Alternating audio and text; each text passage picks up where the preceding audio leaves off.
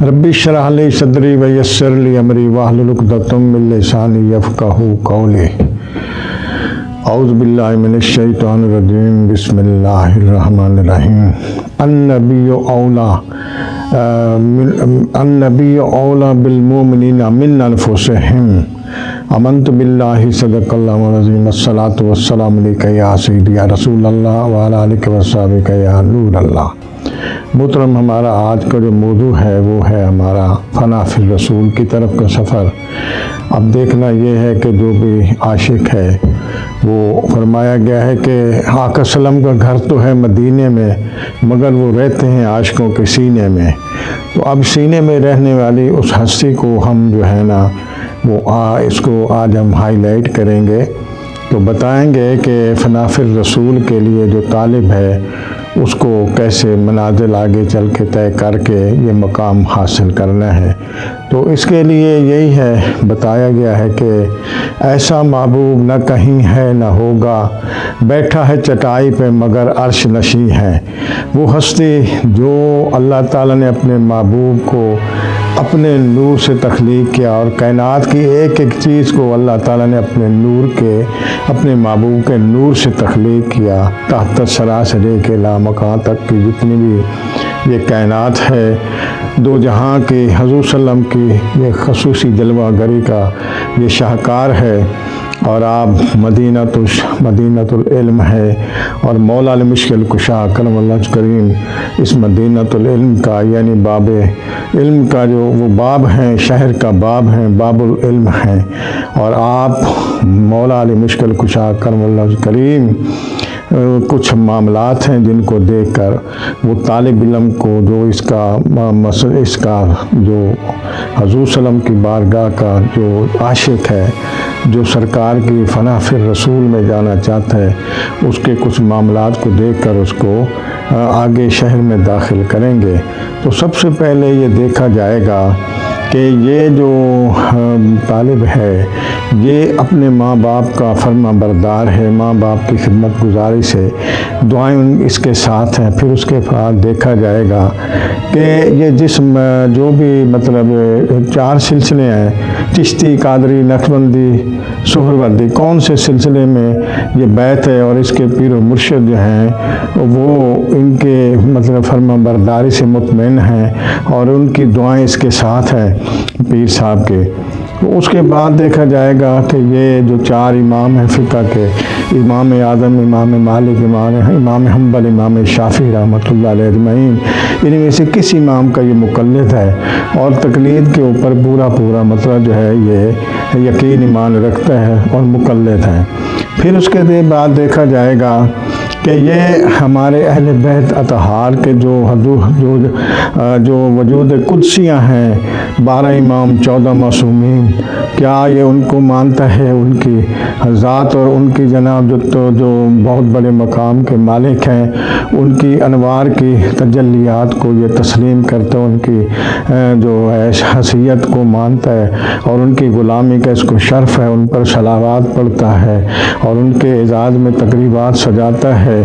اور اس کو غلامی کا شرف حاصل ہے۔ اس کے بعد دیکھا جائے گا کہ یہ حضور آقا صلی اللہ علیہ وسلم کے جو اصحاب رسول ہیں، تو یہ ان کے جو ستاروں کی مانند سرکار دو عالم نے فرمایا، یہ ان کو تسلیم کرتا ہے، اور ان کو ہر ایک صحابی کی حیثیت کو مانتا ہے، اور اس کے مقام کو، اس کی توقیر کو تسلیم کرتا ہے اور عزت کرتا ہے، اور ان میں کسی قسم کا تفرقہ اور بدگمانی نہیں کرتا،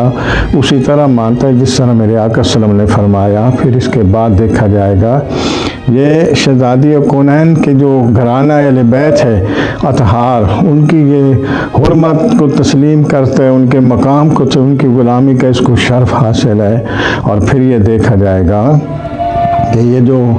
اللہ کے جو محبوب کے جو حق 4 یار ہیں، ان کی یہ عظمت کو مانتا ہے، جس طرح کہ حضور صلی اللہ علیہ وسلم نے فرمایا، یہ جو میرے حق 4 یار ہیں،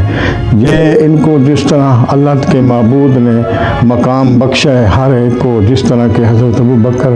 صدیق کا جو مقام ہے صداقت کا، ان کو جناب مانتا ہے، عمر بن خطاب کی عدالت کو، عثمان بن عفان کے حیا اور سخاوت کو، مولا علی مشکل کشا کی شجاعت اور جناب ان کے ولایت کو تسلیم کرتا ہے، مانتا ہے دل و جان سے، تو پھر اس کے بعد دیکھا جائے گا کہ جس ترتیب سے حضور صلی اللہ علیہ وسلم نے جناب خلافت عطا کی، مصلی جائے نماز اور اپنا ممبر عطا کیا حضرت ابوبکر صدیق کو، پھر اسی طرح سے جناب ان کو ترتیب کے ساتھ خلافت بھی عطا کی گئی، اس خلافت میں کسی قسم کے کوئی یہ تفرقہ یا بدگمانی نہیں کرتا،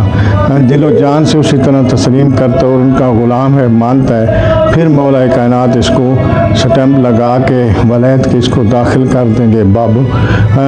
مدینۃ العلم، حضور صلی اللہ علیہ وسلم کی بارگاہ کے۔ یہ وہ مقام ہے جہاں پر غازی علم دین شہید کال کوٹلی میں بیٹھا تھا اور جناب بالکل کہیں سکول بھی نہیں گیا اور درخان تھا، کوئی علم نہیں تھا، لیکن سرکار دو عالم کی جب نگاہ ہوئی تو اس منور ہو گیا اور اس نے ایسی ایسی جناب اشعار لکھے، شاعری کی کہ ان کے اشعار کو اس زمانے کے شعراء کرام نے جناب سراہا اور بڑی جناب داد و تحسین دی۔ تو یہ حضور صلی اللہ علیہ وسلم کی نگاہ کا کرم ہے کہ وہ منور کر دیتے ہیں۔ تو اس ساری ترتیب کو فنا فی الرسول میں جانے والے کی جو ہے اس کو میں ایک پنجابی کا جناب کلام ہے اس میں پیش کرتا ہوں، امید ہے آپ کو ساری بات سمجھ آ جائے گی۔ دنیا تے ہنیری منڈی سے ایک جوت جگائی خالق نے، میں عشق محمد دی طاہر دنیا نو پلائی خالق نے، سردار عرب دے پد پوجن اسلام دے پکے دشمن سن، جد لاٹ نورانی پائی تے او سب تو اعلیٰ مومن سن، تقسیم دی ہر محفل وچ چاراں دا حق برابر سی، ورتاؤں دا ویلا جد آیا صدیق دے ہاتھ وچ ساگر سی،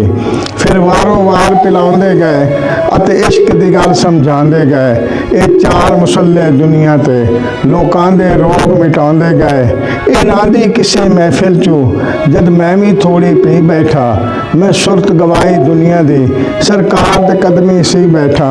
گستاخی ہوئی سی میتھوں کیوں ہوش دے اندر آیا میں، تد ویک جہنم دنیا دا رو رو کے حال ونجایا میں، پھر یاد کرا سرکار تھائیں کھوکھر نو وصل عطا ہوئے، میں پیما جام محمد صلی اللہ علیہ وسلم دے اتے ہوش تو عقل جدا ہوئے،